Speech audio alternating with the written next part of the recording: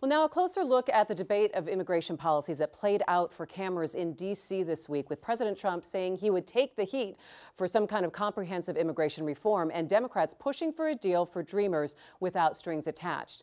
To add to the pressure here, this week a federal judge blocked Trump's plan to end DACA in March. There are about 6,700 DACA recipients in Michigan, 700,000 nationwide, who have jobs, pay taxes, are going to school, and are making a life here. We met one young man at a rally in Southwest Detroit just a few months ago. Take a look.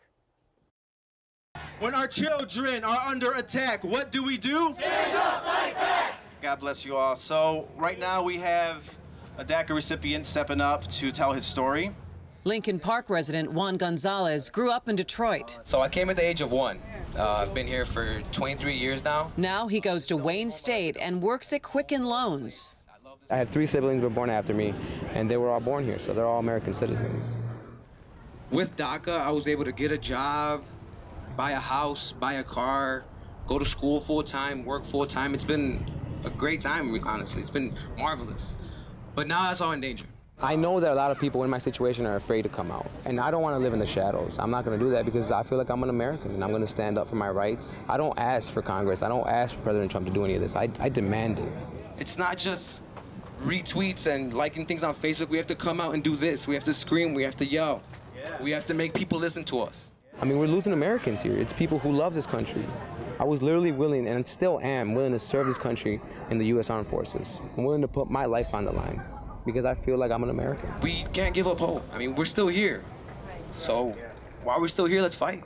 That's what we have to do. Getting complicated in Washington, and just, I believe today you had Tim Cook from Apple, you had Zuckerberg from Facebook, and you also had Jeff Bezos from Amazon coming out and writing a letter to Congress saying that you have to get something done for the Dreamers. Nolan, what do you think the biggest problem is going to be with Washington right now, and with Republicans and Democrats deciding on what is going to get the most emphasis Well, first? the biggest problem on this issue is the same on every issue. It's the politics of the time we're in. Will they be willing, each of them be willing to stand up to the extremists in their bases and get a deal done in an election year? I thought it was an extraordinary session Monday. We've never seen this sort of thing happen where they're doing their negotiating before. For an hour in front of cameras. The yeah. transparency. You had a lot of reporters in that room saying, well, I can't quote anonymous sources. How am I going to put this story together? They're not used to that sort of direct. And I think that's how this should continue, this discussion. But Trump opened a door when he said, you pass a bill, I'll take the Hill,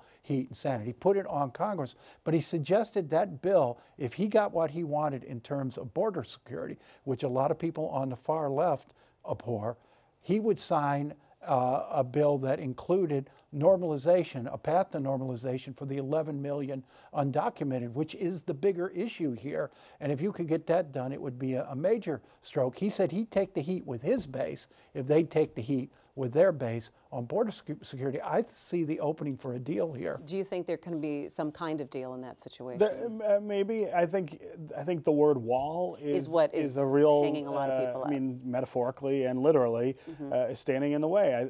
And I think the issue of the wall is not just the wall itself. It's what the wall means. It's what the wall says to the world. This is a country that goes around the globe telling people to tear down walls between their neighbors. We can't construct one along the border. And I think that's got to be a non-starter. I don't think that's an extreme You can't position. have non-starters, because if you could get legalization, a path to legalization for 11 million people, that's great, including the DACA, sure, you might have to bite the bullet on the wall. Security fencing, as opposed to a stay-out wall, is a very different way in terms of terminology. You're going to have to give him enough that he can say to his base, I got this. And I think this would be a great deal. All right, we'll have to see what happens.